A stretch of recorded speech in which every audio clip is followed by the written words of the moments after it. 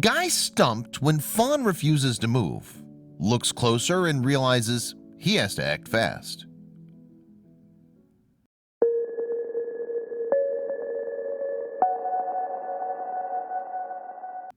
He looked around at his friends' faces, trying to see if any of them knew what to do.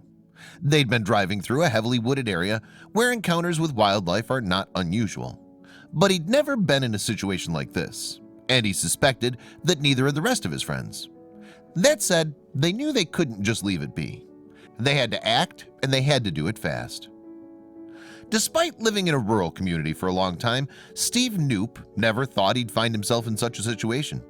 And when they set out that day, neither he nor his friends had any idea of what they were about to face. They were driving together, chatting and having a good time. The road they were on bordered the woods and rarely had any traffic. All of a sudden, he slammed on his brakes.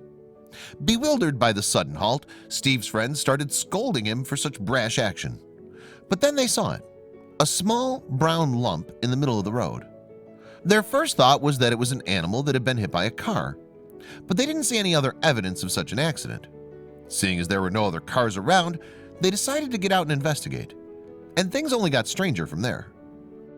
As they slowly got closer, they realized what the animal was, a baby deer. Steve became full of sadness at the thought of such a helpless creature getting hit by a car. But something wasn't right. The fawn's eyes were open, and there were no visible signs of injury. On top of that, its legs were collapsed in a strange position around its body, almost like it was trying to make itself smaller. One of the guys had a theory. One of Steve's friends posited that perhaps the fawn was trying to hide or camouflage itself by crouching like that. Another guy said it had probably been born just minutes before, which was a real possibility judging by the creature's size. Either way, the men came to the conclusion that the fawn was unharmed and healthy after they saw it breathe. That said, they couldn't just leave it there and go on their merry way. "I think we should leave it alone," said one of the guys. But the other men were afraid that another driver might not see it and run over it. Steve had an idea. "I'll just go up there and park my truck sideways and wait until it gets up," he said. "It should get up soon." They discussed this idea, wondering how long they'd have to guard the fawn against the dangers of the road. Then they heard rustling sounds behind them. The men turned towards the woods and realized there was an adult deer peering at them from behind the foliage. They realized it must be the fawn's mother. Steve felt relieved by the knowledge that at least the baby deer hadn't been abandoned, and it had a chance for survival. But first they had to figure out a way to get it out of the road. Finally, one of the guys made a decision. "We really should get it out of the road," said his friend Paul. Steve agreed. The other guys were still unsure, but they didn't have any better ideas. And they all accepted Paul's decision when he started slowly walking towards the baby deer. Meanwhile, Steve was capturing it all on camera. "It's not going to hurt me," said Paul. "I'm not worried about that." His main worry was not to scare the fawn away. Paul bent down behind the fawn and carefully moved his hands closer and closer. He was testing the baby's reaction to his presence. The fawn didn't seem too spooked, so Paul slowly placed his hands under its hind legs and gently scooped it up. He quickly stood up and walked across the road towards the woods, but then the fawn started moving. Just as he stepped out of the road and onto the grassy shoulder, the fawn started wiggling its legs, trying to get out of Paul's hands. "Don't drop it," said one of the guys. Luckily, Paul had a strong enough grip that he was able to lower the fawn closer to the ground before letting go. And just like that, the baby deer leaped away and into the woods, where his mother was waiting. The guys were in awe.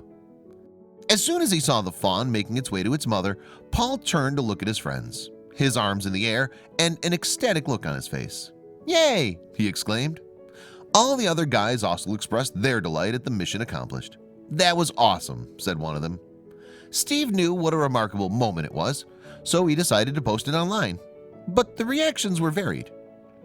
Steve's video of the incident has been viewed over 5 million times. Most people praised Paul's actions for helping save the baby deer. Others were more critical though, noting how the fawn's mother was right there and it probably would have made its way back to her if the guys had just backed away. But are the objections warranted?